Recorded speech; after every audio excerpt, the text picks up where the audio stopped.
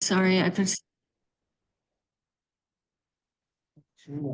was going to call Jim King, but I have to wait and see if he's here. Aaron Chase, not here yet. Donald Matisse, Here. Gregory Stewart, President. Betty Harris Howard. Here. Jamie Wolf is absent. Brent McCarthy. Present. And I will know in just a few minutes if Jim is here. We have a quorum. We have a forum. First, on the agenda is accepting the minutes for 11/13.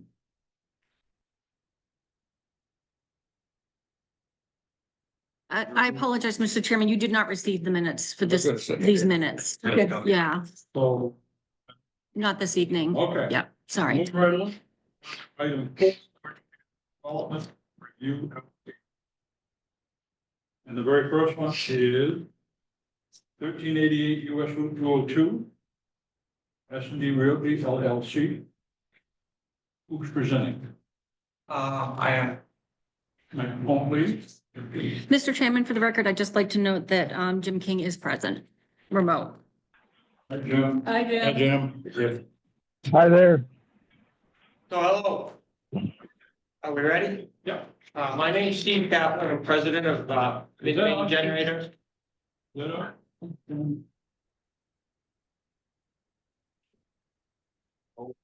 There we go. Yeah.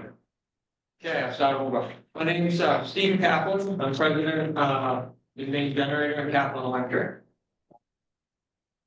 And we need to increase our storage capacity. I have given you a letter of introduction, and you may have found a new one on your desk. That is because somewhere I got crossed up on my numbers on the first one I gave you, and they weren't correct. I gave you a new sheet with corrected numbers. So They have that was the one that was in front of us, and Yeah. it replaces the one in your packet. Yes. letter of introduction there. I did go over in the letter. Have all of you had a chance to read that? Do you need me to go over the whole thing again? Do you have any questions that you want to ask me right up front on what we're doing? Why don't you just briefly, connecting building, new building, Okay, so additional property. currently on the property, we have a main building that's 5,400 plus square feet. That has served us for, since 2010. About 4 or 5 years ago, we built a second structure for cold storage. And that is 40 by 50. We've outgrown all that. And the whole time I've been trying to come up with a way to build a loading dock. Building a loading dock in an indoor loading dock isn't always as easy as it sounds, depending on the way the ground lays. So in this case, towards the back of the property, there's the property slopes off, and it gives us a real good availability to include a loading dock onto another cold storage warehouse. So I started thinking about, well, I think we may be able to do this. However, I know we've exceeded our phosphorus capacity with what we did the last time. So I called Bill Monagle to meet me and see if he thought the property had any potential for any further development. And he came up and advised me that it looks quite plausible. I'll need to hire an engineer and have them run the numbers, and he made the suggestion that it would be a lot easier if I increased the size of that property. So I met with Ken Stratton, my soils engineer, and he came up with a plan to do it. He also advised me that it would be a lot easier with a little more property. I approached my next door neighbor, which is Mike Boyd, who has a fairly large piece of property abutting me on that side. and he agreed to sell me 75 feet along the stone wall, to leave as a wooded buffer, and help me with my phosphorus control. We've signed a purchase sales agreement, we're set flows on that property on the 31st of March. I've given him an earnest down payment. There's also some information in the packet that alludes to that.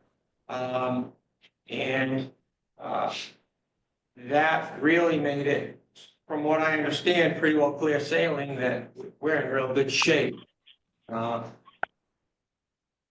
It probably could have been done, it definitely, I was told it would be able to be done without purchasing the land, but there'd be a higher impact fee that I'd be paying, probably DEP at this point, because I wouldn't be able to manage all that phosphorus on that property.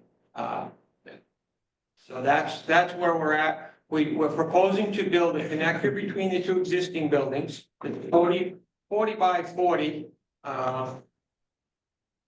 Right now, they're planning on being cold storage. And then just behind the existing warehouse, we're gonna build another warehouse that you can see on that plan that measures, I believe it was 40 by 80 on the back, 40 by 64 on the front with a loading dock cut in. And that's the current plan. We are gonna do some extensive paving as that helps us with our phosphorus, as opposed to gravel. Pavement has a better coefficient for phosphorus removal than gravel. The experts have told me. Any questions you have on the technical end of the phosphorus control or the erosion control management on the project? Ken can answer those questions. I'm sure you're happy to answer any of those questions. Sure. So one of the issues with what we've got going on now, and I alluded to it in my introduction letter, is that although we have enough room right now for tractor trailers to come in and jackknife around and come out, a lot of the drivers that we get, they're not all drivers were born the same, and so they would prefer to drive back into our property off of 202. It's never been an issue, but it causes me great consternation when it's going on. I don't like it. And if we can get it with the added property and the added ability to make that turnaround better and be able to bring it in and then back straight into a loading dock and drive out, the safety factor on 202 and my stress level of that whole situation is going to be so much better. That alone, besides the fact that right now we unload with forklifts, but we have to lift a hand truck into the back of the tractor trailer, have another employee up there hauling the product, the generators, 450, 500-pound generators, all the way from the front to the back. Then the forklift picks them up off the back in stacks of 2, and it's not productive, it's very costly, and it's not really super safe, you know. I really like our hydraulic loading dock with locks and interior to be out of the weather when they're loading and unloading, and a safe environment for our generators. And that was the biggest driver. The connector between the two buildings is going to be huge for our ability to manage the product and get it ready to go out to deal with the guys. So, any questions? Do you want me to go any deeper in on any of that? If it's good, can you just take us down what level phosphorus analysis I know there's a deed involved. And you got a table there that talks about the apples measures. Yeah, just Want me to come up? talk about that.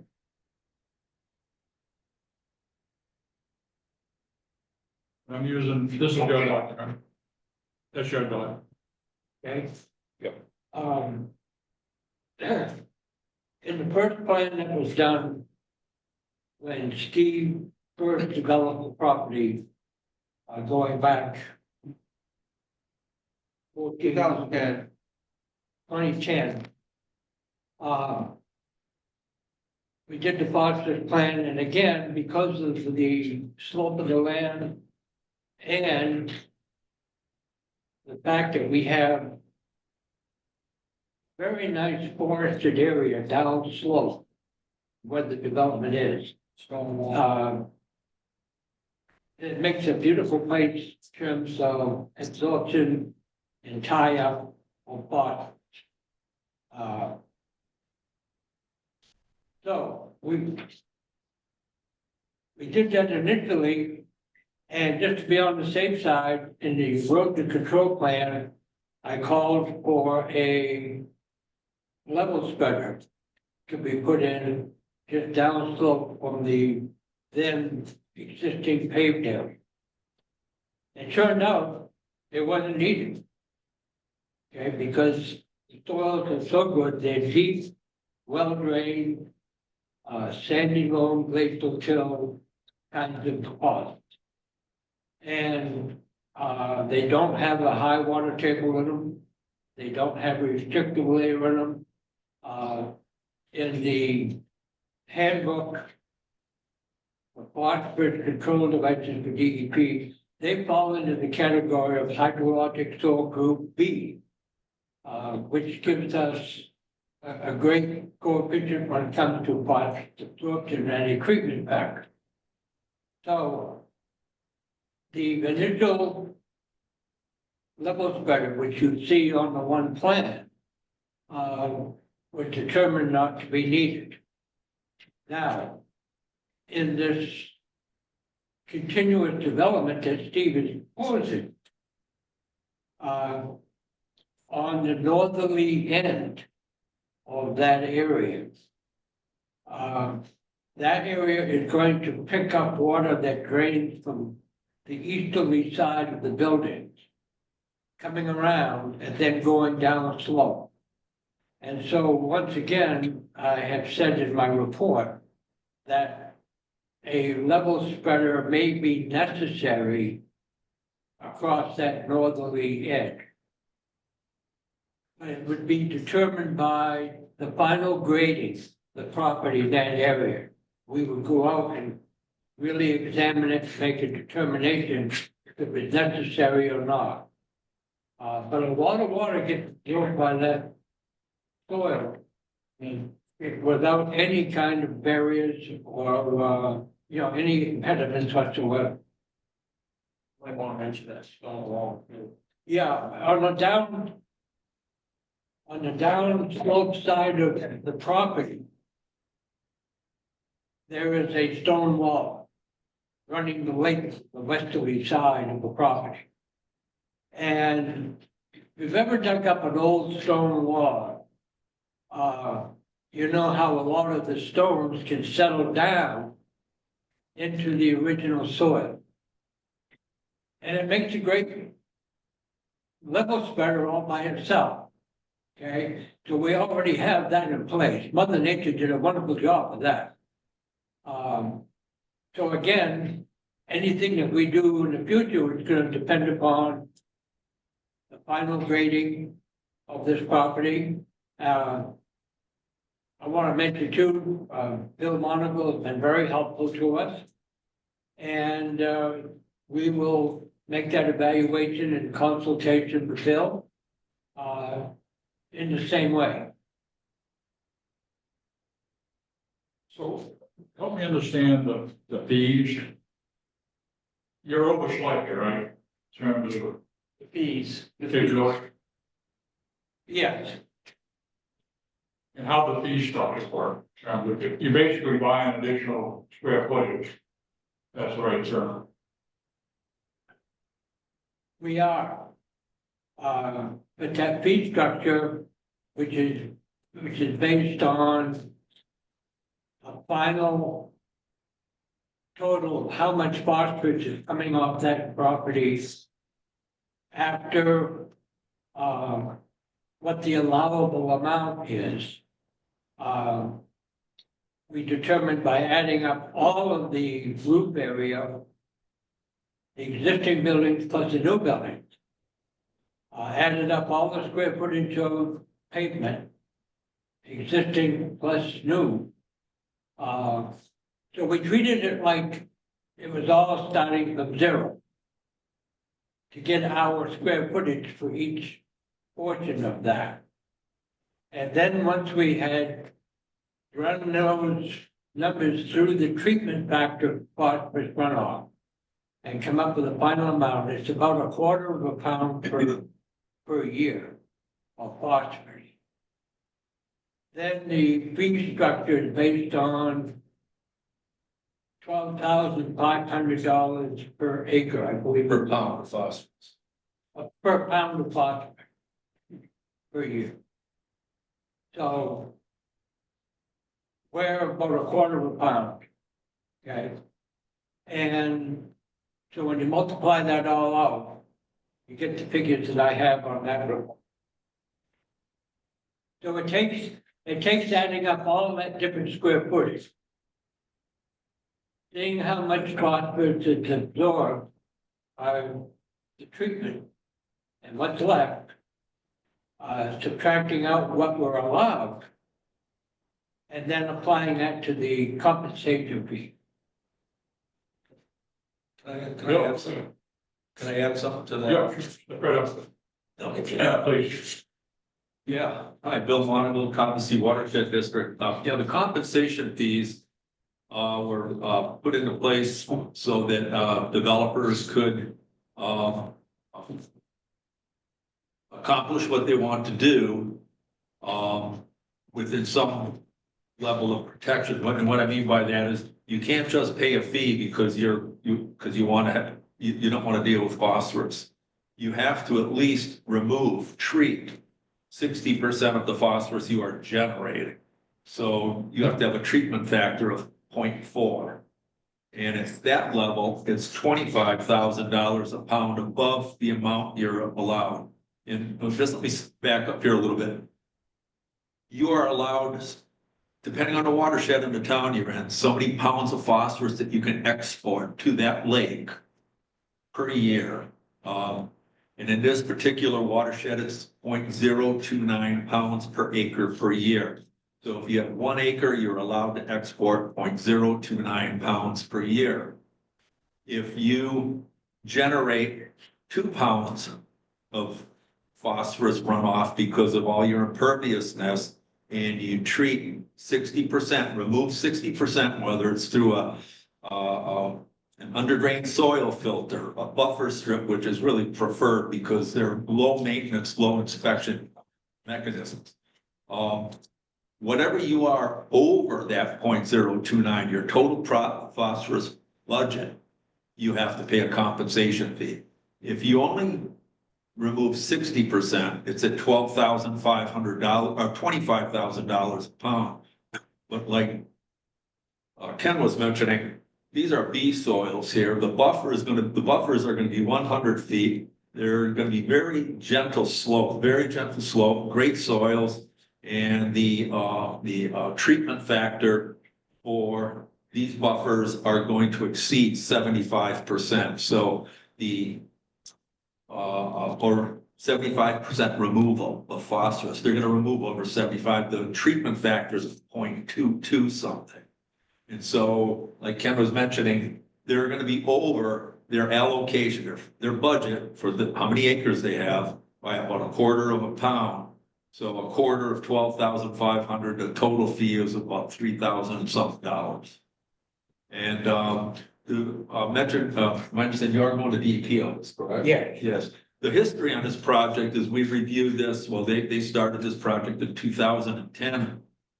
In Coppin Watershed District, we amended our phosphorus control policy. We have one, and we've had one for 30 years. And we changed it in response to a situation like this. Because at DEP, to go to DEP for a stormwater permit where the compensation fee program really resides statewide, you had to not only create 20,000 or more square feet of imperviousness, but you also had to disturb a full acre of land at the same time. And it has to be in a watershed of the lake most at risk from development such as Anabesica.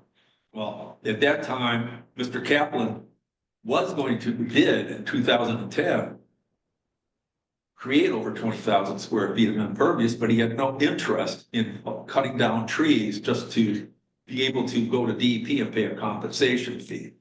So we felt like, because we review subdivisions much smaller than DEP for all 8 towns in the district, all commercial. I review the same projects that go to DEP for stormwater law or site location.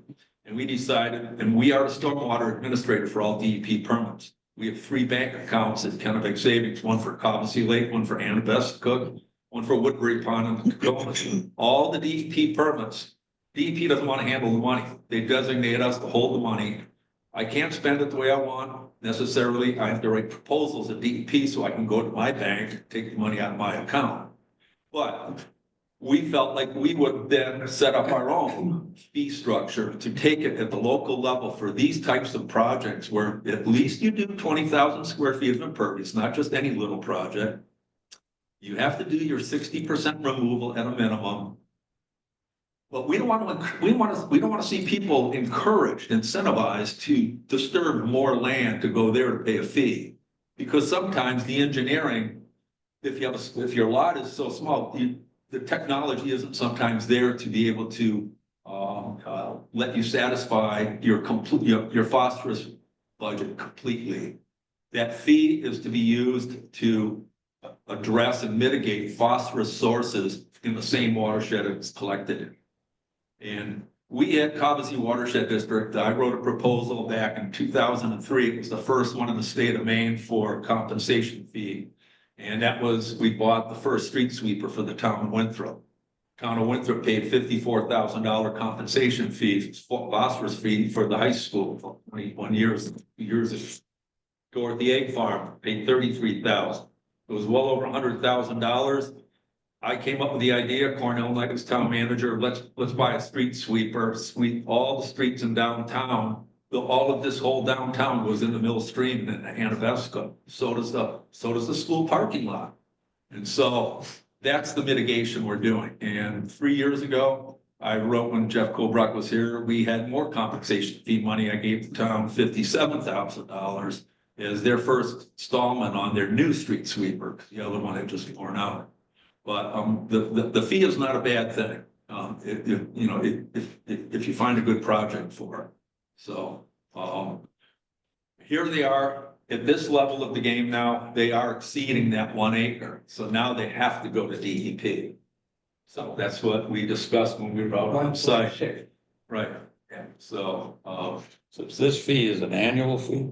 no, it's a one-time fee. One-time fee. One-time And at fee. this point, if I'm wrong, now it's DEP is gonna set that fee, Right. correct?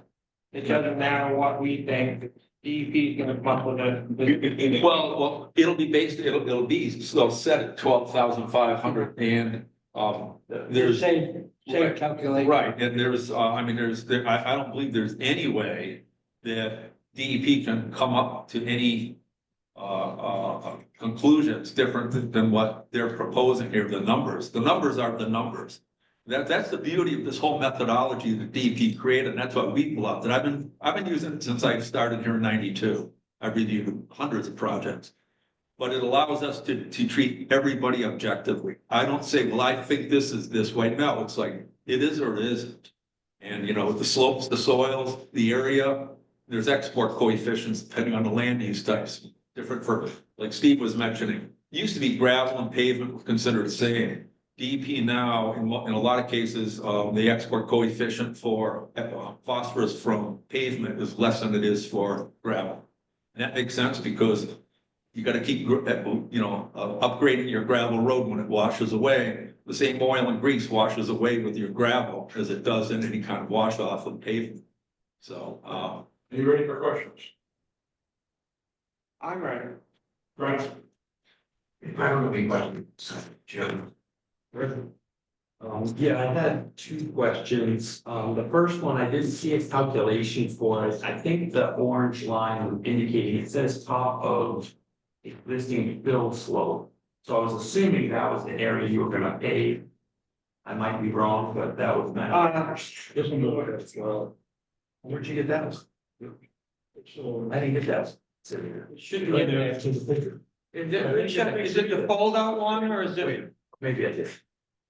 No, I didn't. Okay. Okay, sure. They're gonna be Should be shut. one of each pack.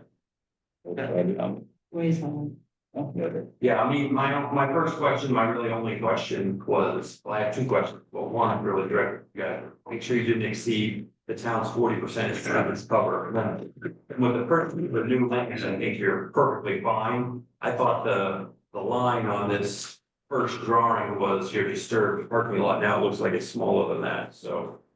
I guess I think you're probably, because I think I was close with your existing lot, but you'll be much smaller with this plan. So I guess my really only question, it could be to the town as well as you, because I'm not sure how we handle this. We have to merge these lots. Essentially, and I'm unsure, but I think the land on Hoyt land may actually be in the rural zone. Not in the general commercial zone, and I said, do we need to rezone and change that line? That's kind of a question for us. Dawn, I don't know, it may actually be in the commercial zone, but I'm not sure. They show the rural zone on this map. Doesn't show it over there, but it becomes rural up here. I was just asking my question because it wasn't clear to me and I didn't know if it was something we have to do. And then I guess the question would be is if we merge those lots, we have to give it one zone, we can't have it split. If we leave them separate, then we wouldn't have to merge them. They can stay, you wouldn't be able to develop that the same because it's rural zone versus the commercial zone. Right, But you leave it alone the anyway. buffer can never be, right, I can't even, Well, it's not even supposed to cut a tree on it. right, because that impacts your phosphorus calculations, that's a separate kind of reason, but if you weren't there, some other company came in, and decided they wanted to make some adjustments, I guess that was the question, but I'm not expecting you to use it, my question was, like, first, are we merging the lots into one lot? Because you're gonna own both of them, which isn't required, but then the second one, if they're in different zones and we merge them, what do we do then? We have to change our zoning maps. So, yeah, that would be our job, that wouldn't be something Okay. you'd have to do, I'm just asking the question to the board about how we would handle that, because I was unclear. Dawn, can I ask you, would that become, would that wouldn't have a new, that would come under my designated lot number, correct? I believe you're doing a boundary line adjustment. Yes. Yeah, so there's no merging of lots, they're gonna move a line. What if that's the actual line for the commercial district? That's a different, yeah, And that's they a different. move it, we really should be considering adjusting, because when Don and Rick did the cleanup, trying to make sure you didn't split lots in half and make them two different zones, because that gets really weird. Of So how, I'm curious, what, I don't know, we got, I'm not sure, Yeah. yeah, I looked at the map online and I couldn't really tell, I just looked quickly, I wasn't sure. And I saw the distinction on here that I know Laurel's close, but I just didn't know exactly what zone it was in. we'll take that in action. I'll put it on the workshop agenda and I'll get information in advance. Okay, that's all I had. Can I ask a question? I don't have a question. I mean, I see a lot of cases where lots go over the zones are in two different zones. We've tried to remove that in Winthrop. Yeah. It does exist, and there's Oh, sure. sometimes on a big lot, you may have to split it. But the problem is when you start to get into some of the things like the impervious coverage, the rural zone is only limited to 20%. Right. Versus the commercial zone is, and you have to do the lot separate, but if this becomes the same lot, then you would be splitting it. And because it's only 75 feet, it seems like it would make sense to adjust the line and make it commercial. I just didn't wanna, we're not a big fan of spot zoning here. Right, no, I understand that, Greg, I'm just wondering is that if, I live in a shoreland zone, my neighbor, lives in a shoreland zone, but in back of his property, I came to the planning board here, he built a beautiful barn, he's a banker in this town. And, his back end is in, rural zone, so he. Shoreland zone doesn't apply because shoreland zone is a zoning district, but it's because of the distance from the lake. That's not the same as a commercial or rural. It doesn't have.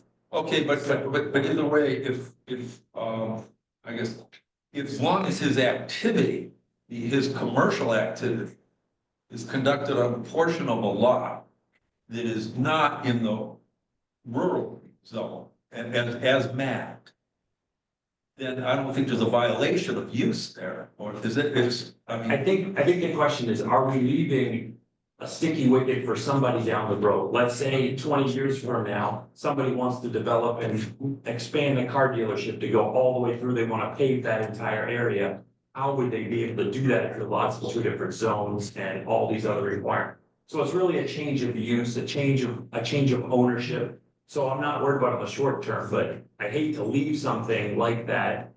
It's gonna happen sometimes, and we fixed everything we could, but let's not create new problems. To me, I would recommend, we make that an action item to adjust the board, adjust the line. And I would suggest adjusting the line and make sure this is all in commercial. And there can be discussion around that, like chicken and egg, and there can be unintended consequences, so There I will could be. provide more information There could and have be- that it may be- conversation. No, it may already be commercial and it's not a problem. I wish I could have told, I couldn't. Yeah, I apologize, I don't have that. This is not a go, I'll be keeping on. Okay, Greg, do you need a copy of that? No, Rick showed me his, so I'm good. Thank you. I have a spare. Okay, I had that one, I didn't have the little ones. Okay. Yeah. You're all set. I'm all set. I'm all set.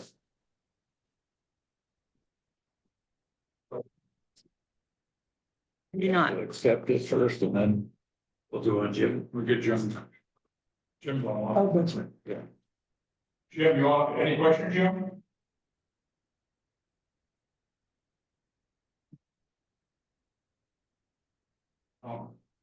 You there, Jim?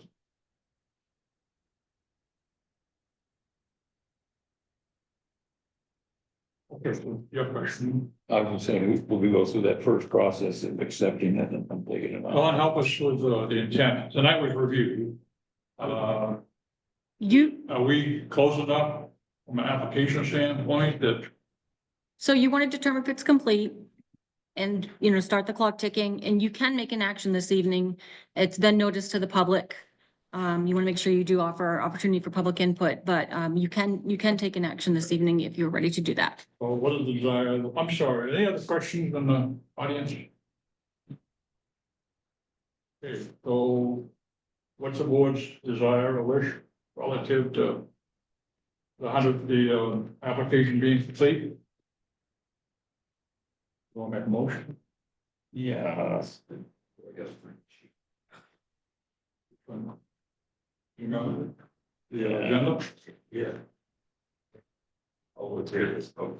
Yeah, I'll make a motion, that, our development review application, it doesn't have the number on here, but, 1388 US Route 202, map 20, lot 1-A, S&D Realty LLC, application for conditional use permit, for the expansion of their building, that the application is complete. Here a second, Second. discussion? All in favor? Hi, it's Jim. That's yes, Jim? Thought he said aye. I think we will. Yeah. Okay, so the next step is, we want to approve. Yeah. I would consider approval. I have two add-ons.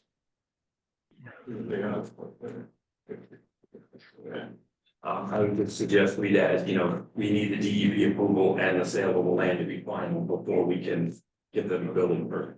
Was someone, The sale of the land, that they can, I think you said it was March. and then the other one I would add is that, leveling ditch. Is questionable base level thread. That's a determination upon, I would think DEP would be making that determination when they issued their stormwater permit.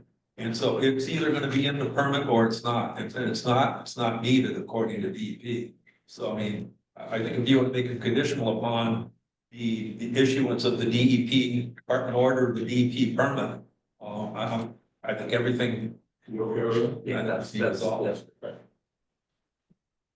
you like me to make a motion? I will make a motion that applicant A, 1388 US Route 202, map 20, lot 1A, S&D Realty LLC.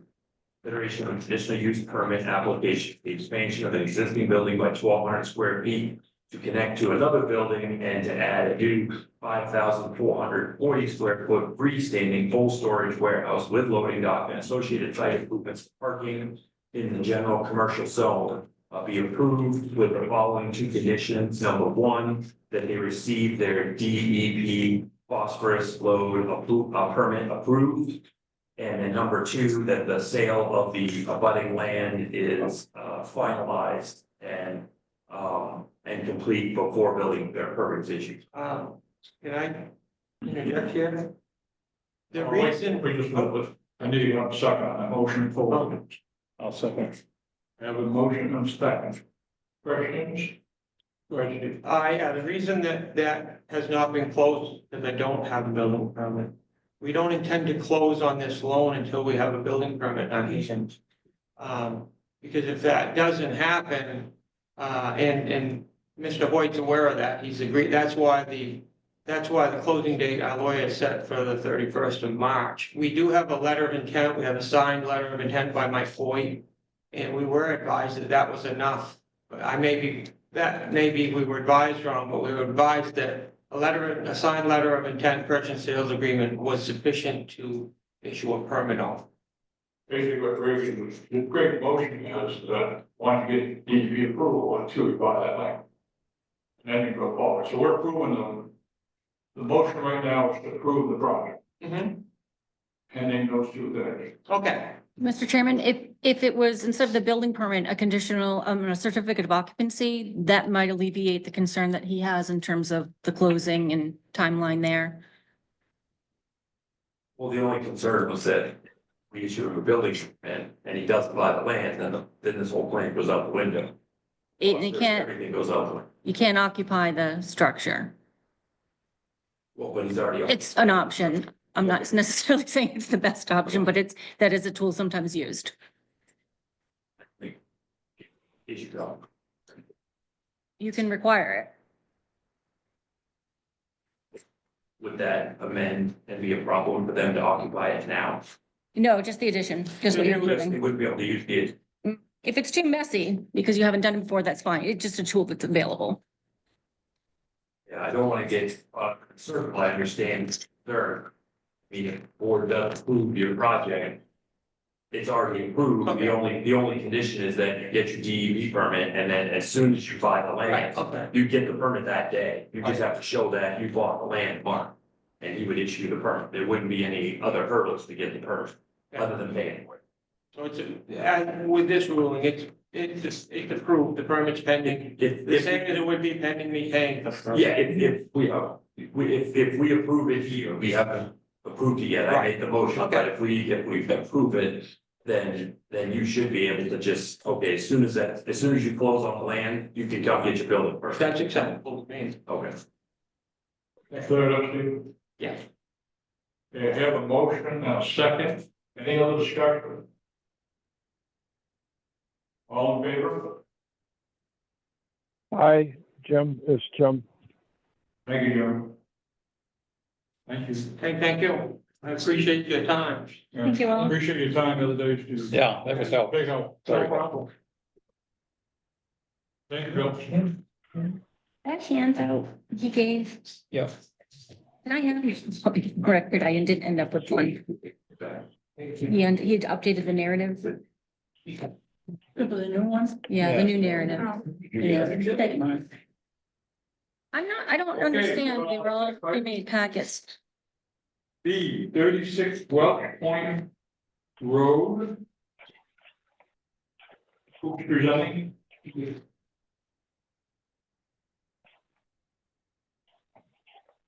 Drop the paper.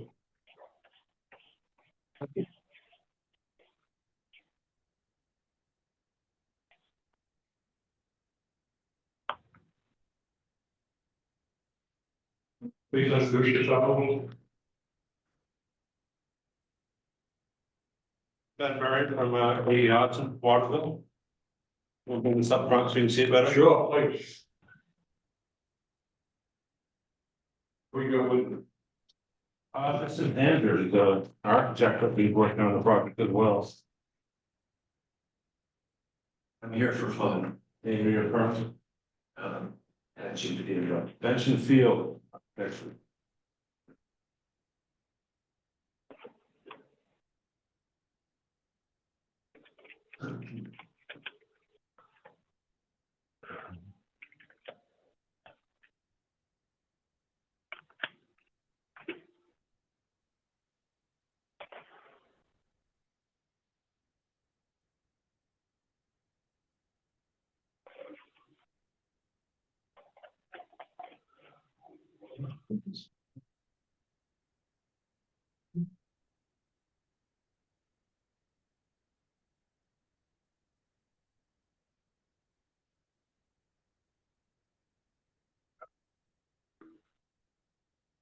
We haven't made an actual submission, for, this is all just a concept in nature.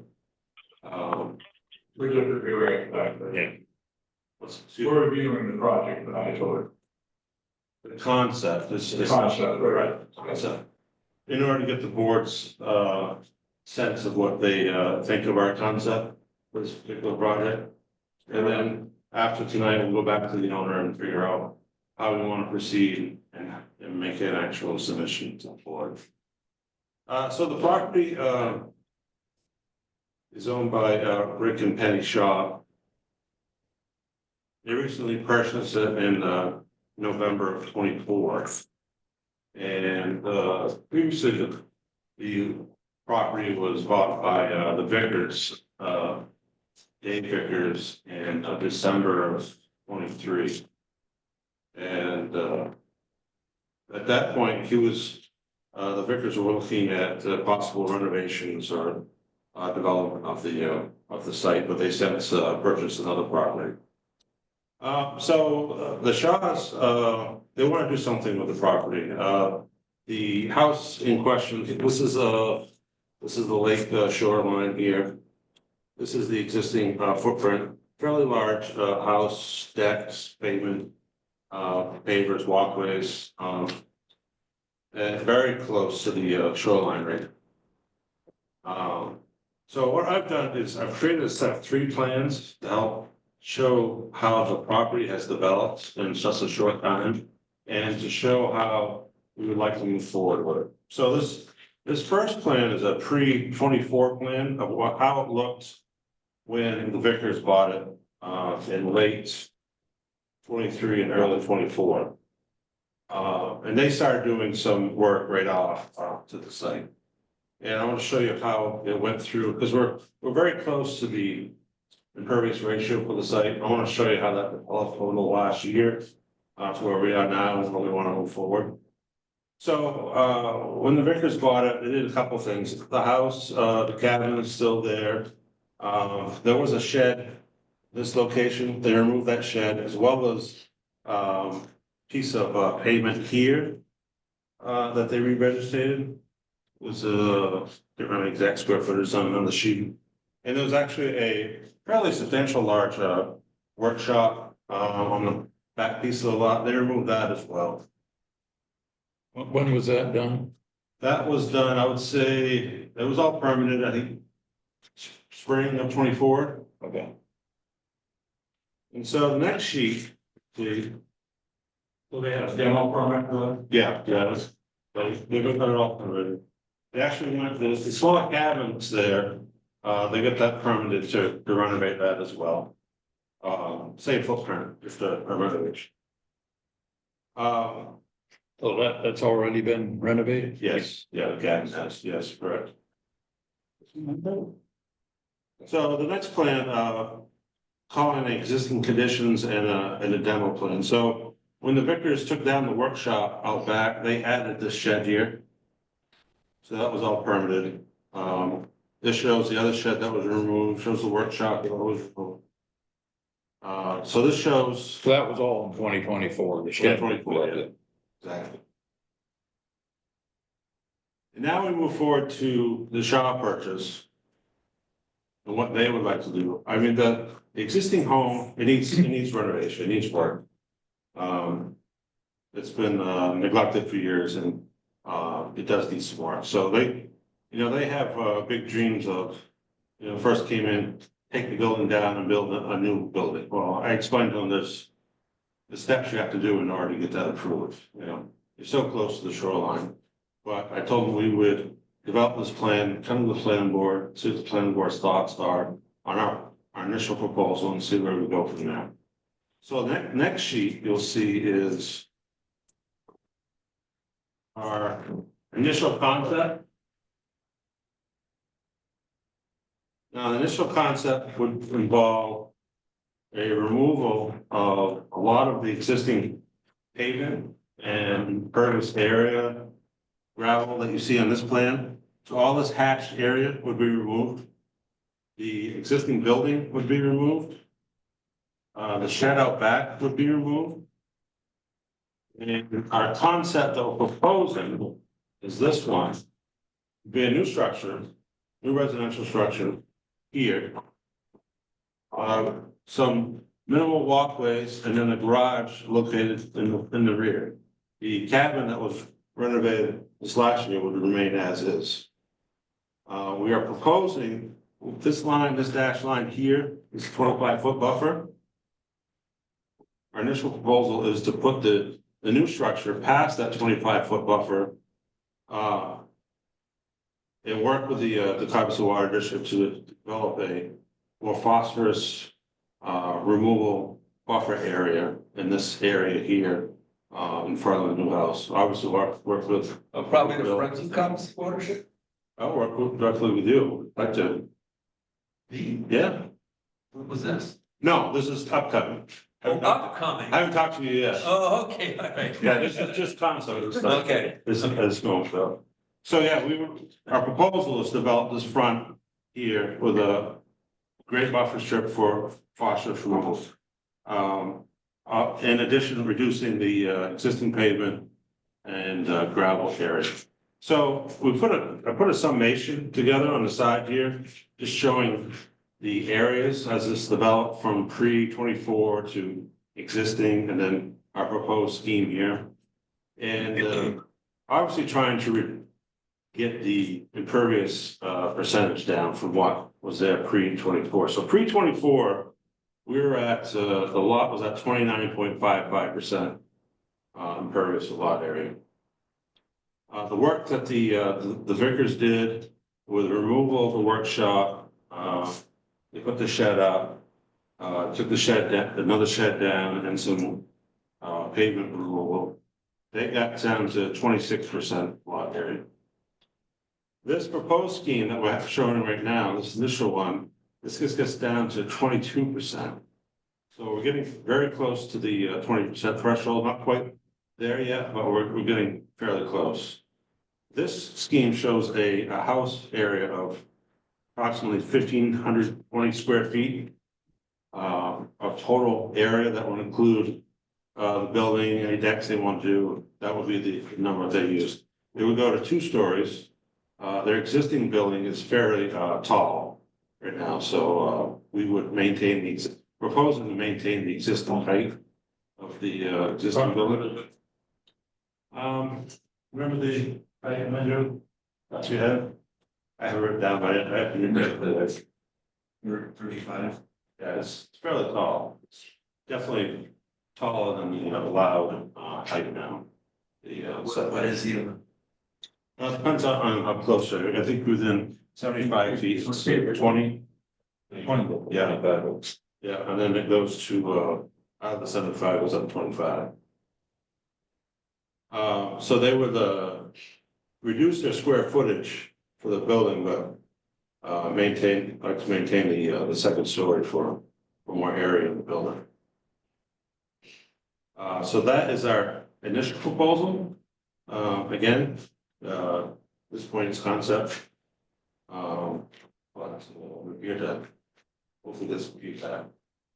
On? I don't have any questions or comments. Dawn? Actually, Mr. Chairman, so this, as you know, this is a concept discussion, so there's no action taken this evening. So if there's information above and beyond or different from what you normally require, this would be a time to let them know. And obviously your idea is to help them move forward. Dawn? I was trying to, Run the feedback. yeah, I was trying to find.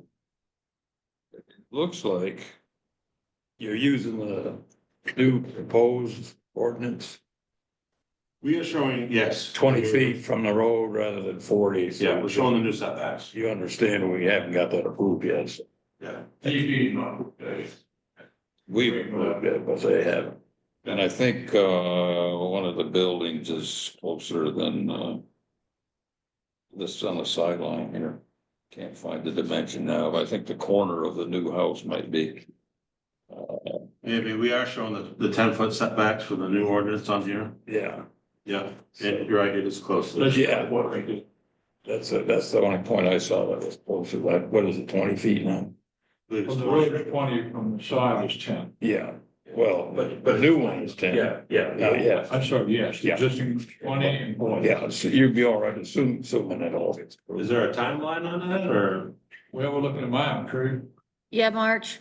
That's, I've had feedback from them today, actually, and it's still ongoing. Oh, good. They're actively reviewing it. The deadline is in March.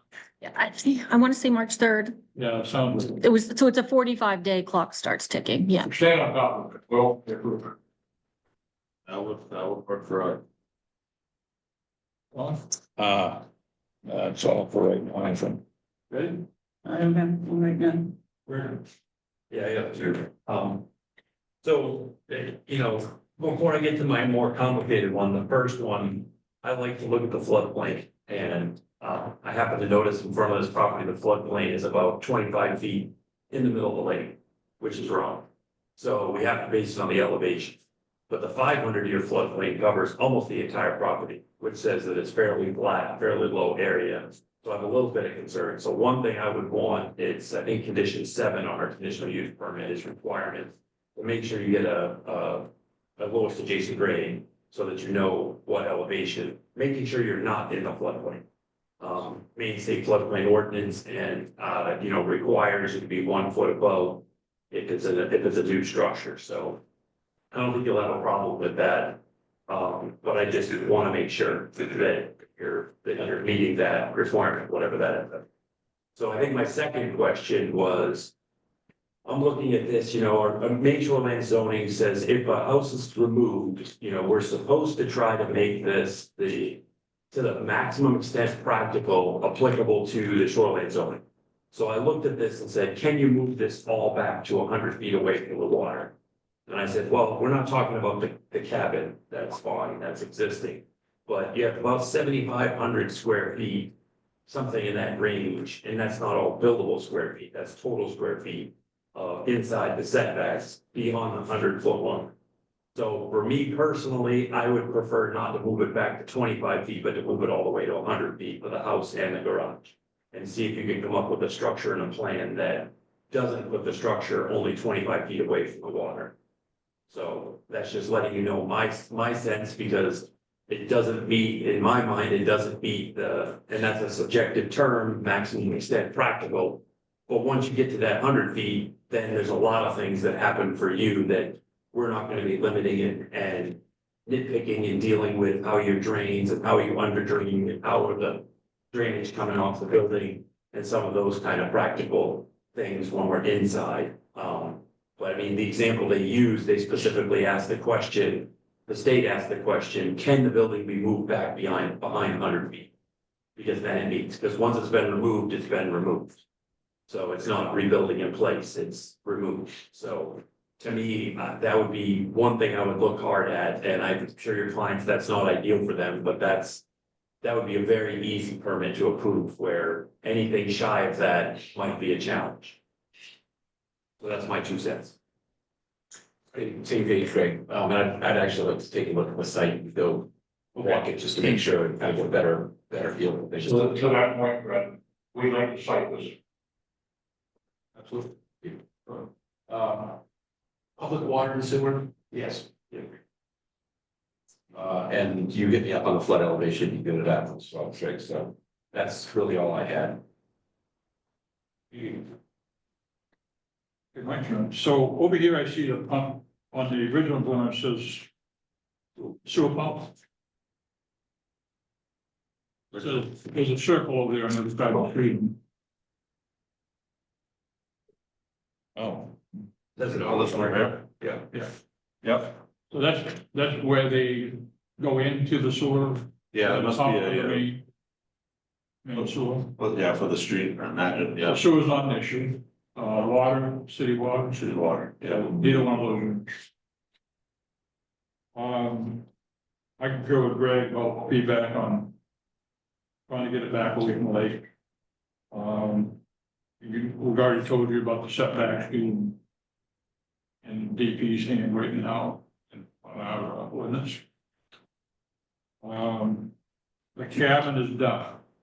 It's renovated, correct? There's no expansion. Nothing, well, it's 100% done.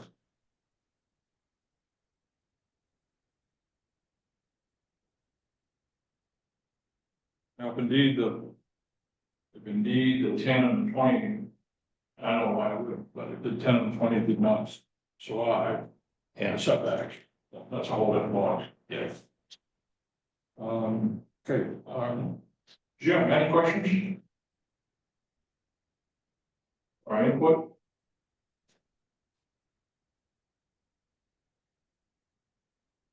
One of the things I think I would expect is some drawings of the structures. So I see elevation, we see, the layout. Such on both the garage and the building, the house. That's the. Bill, you any input? No, no, I mean, He's coming to you later anyway.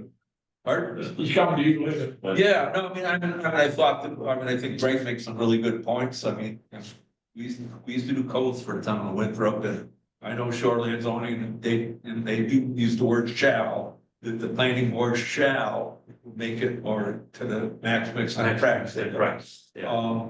But I mean, I still looked at it, as improvement over the situation that was there before, definitely. Yeah. So, there's no denying that. No, and if the lot was smaller, I would say that it was impractical, and again, if the setbacks got changed, it probably would be impractical. Or steep ledge or If it something. was steep ledge, and that's where a site visit may help us, if they're Right. saying, oh, well, we're not gonna put it here for this reason. They had to include a septic system, I don't wanna put that up by the lake, so there's things that make sense. And, you know, again, that's why I kind of gave them a rough square footage and said, in my mind, I think this property, based on my readings, it's possible to move it back to the 100 foot. And then we don't have to worry about the size, and a lot of other requirements kind of come out of the equation. So it makes their lives a lot easier for future expansion, a number of different things become a lot easier. And then we are meeting the exact wording that the shoreline zoning, main shoreline zoning says. So that would be my recommendation. The 30% expansion goes away with the truck. Well, I mean, that would be a discussion, but once you move it beyond 100 feet, you're not necessarily limited to the same expansion levels anyways, so. Another input I would give is, question first, the road, is that town road? Or is that a private, no shapen road? I think it has to sound. The town road that you're dealing with right away, setback to the whole, right? I mean, Well, Mark, so he measures those from the edge of the pavement.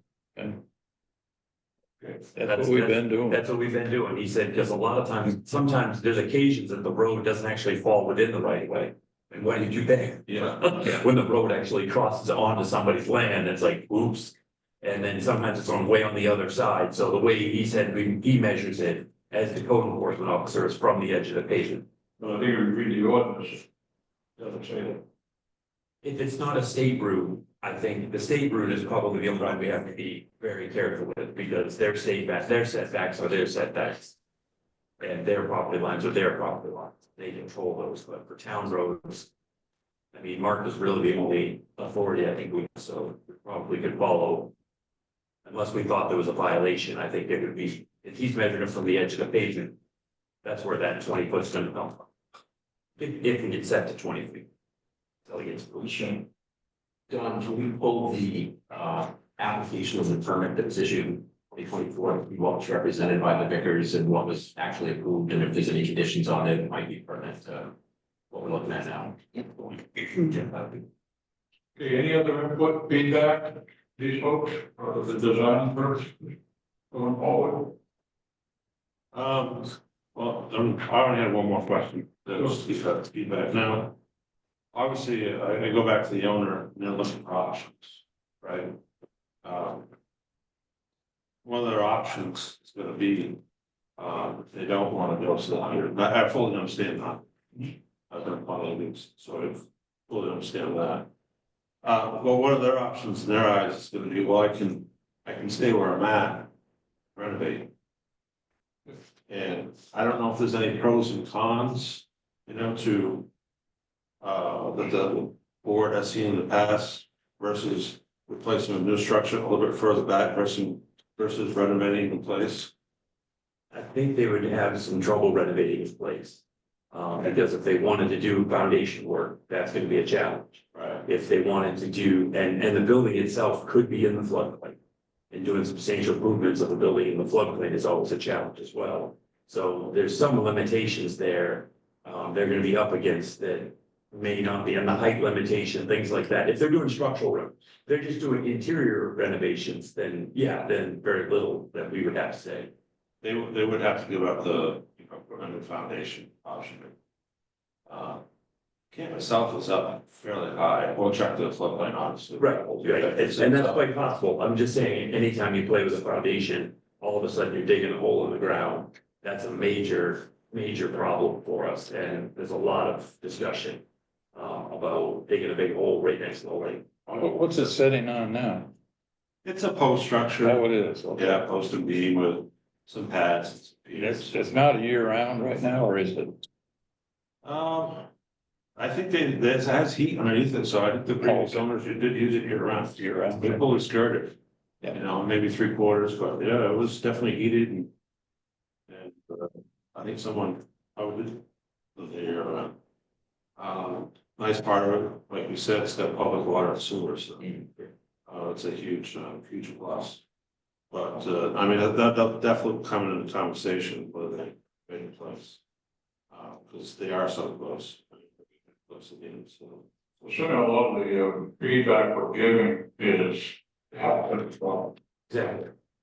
Is what? Is to have a better way. Yeah. You talk about floodplains, you talk about setbacks, you talk about construction. This creates a bad situation for the owner. Yeah. You know that. Any other questions, input? Did you get what you needed? Absolutely, appreciate it. Did we want to set a site visit before you make and do a whole lot of plans? I didn't. So what you had said in the past was before a meeting, at 5 o'clock, could do it. So what I'm hearing is do that before they submit. We may want to before they invest. Not the day of. money in restructuring and replanning. Yep. And if we do a site visit and they're like, well, here's why you can't meet the 100-foot setback, and again, it depends on the slope of the land, it depends on the layout, it may not be conducive to it, and I hate to tell them. Right, if it's flat, if it's open, we may just say, yeah, we think you can move it back to 100. It may not be aesthetically what you wanted, but that's reasonable, and that's what we would be very supportive of. That's a different discussion than if there's reasons why they can't. It would be nice to have that input before you build a whole lot of plan. There aren't ready. Why don't you work with them? Work with Dawn. Yeah. Schedule that site visit and let's get that out of the way. So just if I could check real quick, is that in general, sidewalks before a meeting, the day of a meeting, and usually probably the items on the agenda, but in this case, it's practical to do it, whatever agenda everyone's available. Oh, earlier we talked about Saturday. Yeah, I know. After 5 now, a little bit. So we'll see if they want to do it before or after daylight savings, but we'll communicate on that. Right. We switching to daylight savings here, beginning of March. Right. No, good. I just have a quick question. If you move the house back 100 feet, right? What happens to the cabins? It's I would there assume now. that'd stay there. No, it can stay there. Is there room, there's room enough for, how far back is the cabin? Oh, I don't have a dimension on that. It's but- not- Based on the line, it's about 60 feet to about 80 feet. So, It's not to So the 100 feet would be foot. well behind that, Yeah. all the way across. Yeah, the 100-foot line. You can see, yeah, he drew the line, yeah. Okay, so they're not gonna sit on top of each other. Well, No, Oh, no, okay. it's further back, yeah. Okay, that concludes it. Appreciate Thank it. you very much. Yeah.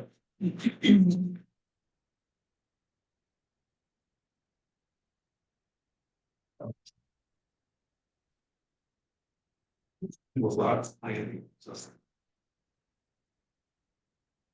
I'm looking back. Okay, next is other business. Dawn, do we have any other business? The only thing this evening, and I'll go over a workshop agenda with you prior to the next meeting. Okay. Was I just wanted to show you, because we had discussion at some previous meetings of, this is what we looked at the permitting system online, and I've gotten a lot more information on that, you know, gotten some training and to see what we can do that we're not using, and some quotes on some tools that would be really helpful. But what I want to present to you is just so you can see how we're documenting using that system. Is I'm going to give you each a copy of the permit. You can see on there notes that are put in, all the attachments. So an application, basically, all the information that's in the file will be in this system. And then you can see how the notice of decision and the findings are drawn up. And so this is what goes to the applicant after, not this top sheet that's in the file, but that's what's going to the applicant, and that's what's online. So if you look on there and you see that there's information that you're saying, well, how about this, whatever your ideas are, I'm happy to accommodate. I added a couple documents today before I printed that, because I didn't have agendas and minutes from the meetings. And I think that that's helpful. If you're going in, you can just, pull up the agendas and discussions, et cetera, in addition to the material. So I did add those as documents. So,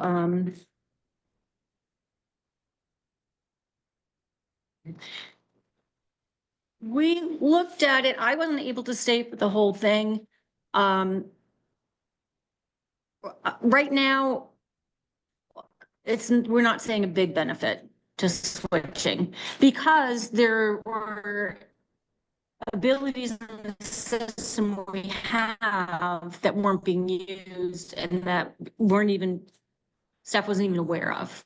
So right now we're looking at the system and the things that seem, so that's what we're doing. Yeah, Okay. yeah. But I did ask questions, using the comments that you all had made about, how the files are exported and, still feeling around. At this point, I would say that this is, yeah. And there's a lot of capability with it. This is what I'm using, but there's more to explore. So you're saying you generate this from that system? The finding is a draft finding that I put to you all.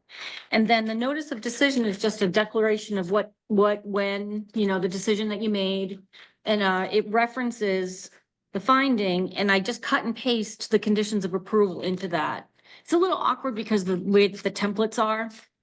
But I'm able to get all the conditions in there, and those conditions come from the findings, and the findings amended, the draft that was submitted to you amended as you amended at the meeting. So in this particular one, if you look in the minutes, if you had the draft finding that was given to you before the meeting and looked at the minutes and you added or changed some conditions on there, they came the final finding. So that's what the idea is, that in this, from now on, I'm going to attach these to minutes. I'm just going to attach the final findings to the minutes and reference that. So that moving forward, when people look and see what decisions you made at meetings, they'll have that full finding.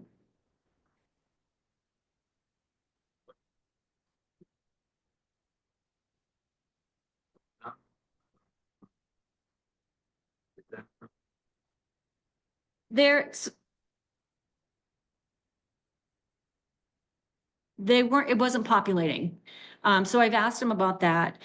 There's also different templates. So this template, I did not realize this until I've been looking further into it, is that a lot of this, you can create a template. So for the planning board, there's information that you don't need, like, the cost, because he's calculating the fee based on that. So some of these fields could be eliminated.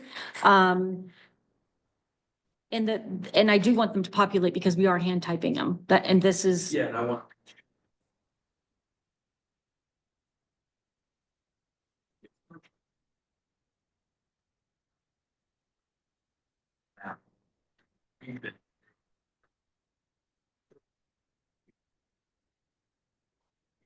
These are separate fields. It'd be awful nice, and database wise, it's awful nice to have the separate information where you could search by it. Correct. Or otherwise you're searching by the text, you're like, oh, I know the applicant's name was Smith, or I know the street address, and then there's an apostrophe, or there's a abbreviation in street or something weird, Yeah. and you just can't find it. So I just hate to make it a document, you can't use the database feature, which makes it very sortable and very structurally functional. If we're gonna use it and populate it, you'd hate to not use that and be kind of deferred back to text only Yeah. searches. Yep, I will follow through on that point. I added, based on your last discussion, a category for building permits and for planning board, accessory dwelling units, because we wanted to know how many accessory dwelling units have we, created, and it's not been separated out. So I added that as a category. Mark will that now enter those in, so we have that number, as a quick report run. But yeah, the fields. If, this property map 22 lot 7 had 7 permits over the last 10, 12 years, pull them all with a single, like, oh, it's this map, this lot, boom, it doesn't matter, you know, the owner, the street address might have changed, all kinds of weird the things. building. Just get them Yeah. all rated one nice list. Map and lot is the thing that I die by, because, yeah, Right, exactly, that's- other stuff that is a changes. change. Yeah. Town's not gonna change that. So, or at least. There can be splits and different things that happen, but you can follow that trail. Right, and Yeah. that's usually they start out the same, like. Yeah. Really gotta be a big lot, to get. The tax maps are coming along very nicely. So when I have those available, when those are available to the town, I'll share them with you all. But I don't know if any of you, I know that for the mapping, you guys have looked at them, but they're tattered. They look like they're 50 years old. You can barely read them. You have to unroll them. And so we have this beautiful new set of tax maps. That's all of the changes that need to be made to them. The contract assessor has made on it, and they'll be picking those up, providing us the next set to review. And so that's moving closer, and that's a helpful tool, having actual maps that you can look at, and those will be available online as well. Which has relate different base zones, and it shows you all the maps. So if anybody, I never use the town tax map, so You can't. it's so much better. And it's an overlay, so you don't know about the georeferencing, but for the most part, it works great. Mhm. Just to know where the lot really is and where the lines are and where the property is. What do you call it? Main parcel viewer. You did that on home. Yep, you just type in main parcel viewer and it'll be at the top of the list. You literally just zoom in. I don't even bother with the address, you can, but if I parcel, PARCEL. And you click on it, it's an online web-based tool. You can change the base map to be the ortho photo, so you can see the actual ground rather than a regular map. I don't even bother like typing in the address. I know Winthrop, it always starts in Augusta, because it starts actually over the Office of GIS. And you just, I should drag it a couple times and I'm already in the right spot and I just zoom in. So what do you look for, the lot number? It'll show you everything. It'll show you all the lots. So how do you, if you want to look at a lot number here in Winthrop? Well, if I do this for the planning board, right, if it's like, oh, map 22 lot 7. Yeah. I know where that is, so I can just zoom to it, find 22-7, and it's boom, it's right there. And then there's tools on there that actually let you draw lines. So you can draw a square area, or you can draw a linear line. So if you want to know what the setback is, it's got to be, like 10 feet, you need an engineering drawing. You're not going to be doing that on the parcel viewer, but if you want to know the square acreage, that's where I get these numbers that I come up with and say, oh, the lot is this big. you know, sometimes I'll use the actual mapping and say, this is how big it is, because it's a square area tool, and then you look at how big the house is, kind of draw a line, if you can see it. If it's in the trees, you can't always see it, but if you can see it, it's a very useful tool to figure out what things are and where 100 feet is from the shoreline, because you can see the shoreline pretty clear. So you get a rough idea, and sometimes if they don't know the numbers, and we've gotten some really bad maps, it's nice to have something when you're going in. Depending on what Now, that these are updated time to time. they're all gonna match our latest tax map. If we do a new update to KD Cog, they upload it and the main parcel viewer grabs it. You'll see a lot of towns missing in the state. You know, if you go to, you know, Madrid, Maine, or Byron, Maine, some of these towns with, you know, 80 people or 100 people, they don't have them digital. So there's nothing digital. But all the towns like Winthrop that have everything in a digital product are all uploaded. Can I ask you a question, John, if because I've been I talked with the company that does the building permits, trying to figure out the easiest way to help someone make a site plan, a basic site plan. And I haven't had a chance to poke around in that too much, but what I'm hearing you say is it's not really a tool to use it at a scale that you could do a site plan. I do it all the time. You do, okay. Turn them off, I get them on my phone, that's when I look at my phone, I'm not reading my text. I'm looking at the picture I took of it. You can even use it with your phone, it's not I find it much better on my computer, I got a couple monitors and I got a 32-inch monitor, so it's really easy to zoom in and see big pictures, but I'll copy it and print it out, I brought them to meetings. And you can do it to scale? You can do it, pick a scale, is that? Well, I'll know the size, Yeah. so it'll give you the dimensions, you can put a line on there, it'll tell you the scale. So I'm also an engineer, so Yeah. finding any scale is easy for me. Yeah. So all you need to do is measure something and then you can do the conversion to anything else. Trying to find the easiest way to help folks instead of That would the be a chicken good scratch. starting point. It covers all of Winthrop, it's use the main parcel viewer and print it off. Because it would give them everything you could see. And then we see if it's a wooded lot or not a wooded lot or whatever, that could be a very easy map for them and say, here's our structure and here's the line. Yeah, I mean, they could use just the tax maps or take the ortho photo off and print a lower quality map. But then at least they have the dimensions of the property lines, because what are we interested in? The distance from the water, the setbacks from the sidelines, the setback from the back line. mhm. That's the type of numbers we need. And if they got a picture of it that shows their And the house. square footage, you can get And the square footage, and so you're getting all of the things you want right there. So it's a great tool for me to And help it's people. really hard if they use that for them to make something up. You know, be like, oh, the back lot is this, you go, well, that doesn't say that, that says it's 150 feet, you're saying it's 250. So that's. Thank you. Anything else, Don? That's it for tonight. Well, next meeting, 2 weeks. Did you want to say a little something about training? Oh, yes. I'm a little embarrassed. Brent responded and I talked to Don about it today because I'm such a nerd. I sent out, doing a budget, putting a budget together and thinking about training. You guys have talked about that. And there's the state trainings. And I got all gung ho and sent, well, what about this 10 class? So I'm getting a sense that that was too far, but we talked a little bit today about having at our workshops, I guess it's training, having the different departments or entities come to a workshop and have discussion on the topic. So Bill Monagle coming and talking about how the phosphorus calculations are done. Dan Wells coming and talking about the water supply. I have a list here. The fire department, it's great to talk to them when you're talking about road design standards because they have to know how they're gonna get vehicles somewhere, how they're gonna turn them around. Whether there's gonna be dry ponds, different, when you're doing your subdivision regulations. So that would be an interesting conversation. I think Mark's getting the training for shoreland. Yep, Right? for the, yep. I beach, thought shoreline. kind of nice to get to talk about what. Oh, be confusing, but how they determine them. From the state. Yeah, from the state. Well, so a lot of these are just our departments. The one for Mark somehow gets it for free, the training with the DEP for the shoreland. The wetlands would be the state. So those things wouldn't need a budget. The budget is if there are paid classes and trainings that we wanted. And so I made sure that we can do the right to know and the trainings that they have at MMA. But I didn't know if there's anything else.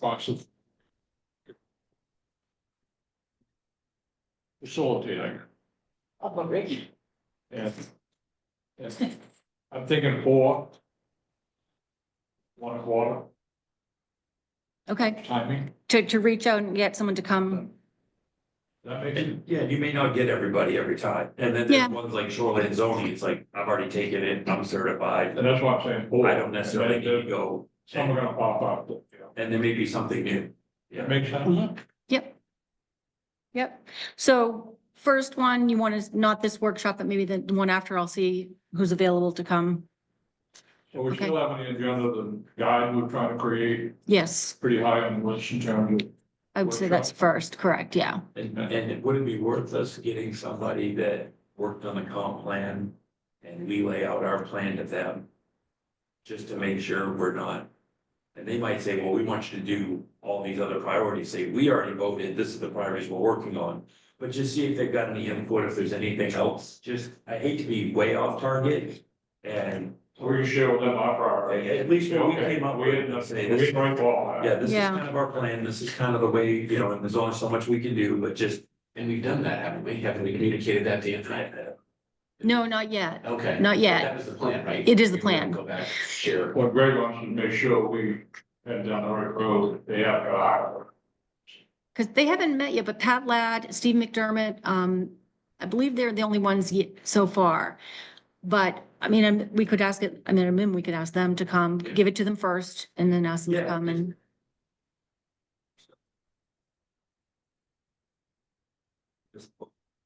It's all liaison with the town council, to give us some feedback as well. That's, yeah, Okay. yep. You have a new one? Do you want me to see if I can arrange that for this coming meeting or the meeting after? Or is it just whichever one I can get? Would you like Let's it get the guide. at this Put next? a lot into it. Let's get that. in Yep. next, Then, but that's gonna be what Greg's talking about. Okay, Because then we're ready to move on to another priority. correct. We wanna make sure it's right. So that would be the next. You say guide. Okay. You talk. Sorry, What, you said guide? the things, if you're applying. Oh, okay, yeah, yeah. What are the Yeah, things that we expect? Yeah. that- And we wanna help you with. I did this. I mean, There's a narrative and then a flow chart was the idea, Yeah. right? And I have it available online. well, it's interesting, both those cases tonight were to get feedback. And. Right? One of them was a decision. Well, one we decided. Yeah. I Yeah. know it, but Oh, right, they they were were, both committed for guidance. right. They had done a real good job on the application, above and beyond. And a lot of stuff we usually ask for, they had. Right. Dawn and I did a site visit Monday.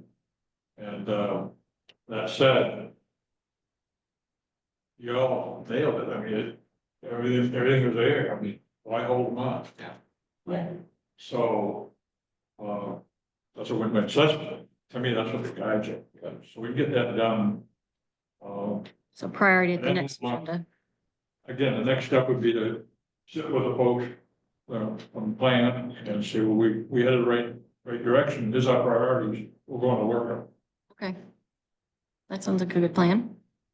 Okay, anything else, Brent? Nothing else. I don't think I heard anything. Don? Don, you done?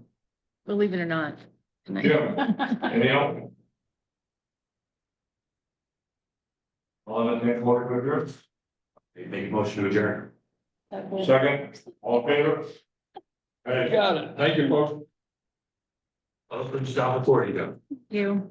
I think a couple meetings back, I made a mention or two. Meeting, you generously offered, that's not a cheat sheet on how to make Motions? motions. I have a cheat sheet, I've been yes. trying to organize. I'll have that for you at this next meeting. I have a draft. Okay, Sometimes it's just formatting I'm still mucking around with, but yes, I will have that for you. Okay. Sample motions. Okay. Yeah. You can be awkward, yeah. that and, In the right order. we're still not really addressing the findings of fact. And then I take it out section In by our section. decision-making. pull it over, That's what I'm I can doing. dig and say, how deep? So we're gonna talk about this process next week in terms of how we're gonna direct it for the applicants, right? Yeah. So we can talk about this process. It's shot, but it will. So maybe that process and this process next, the next Okay. meeting.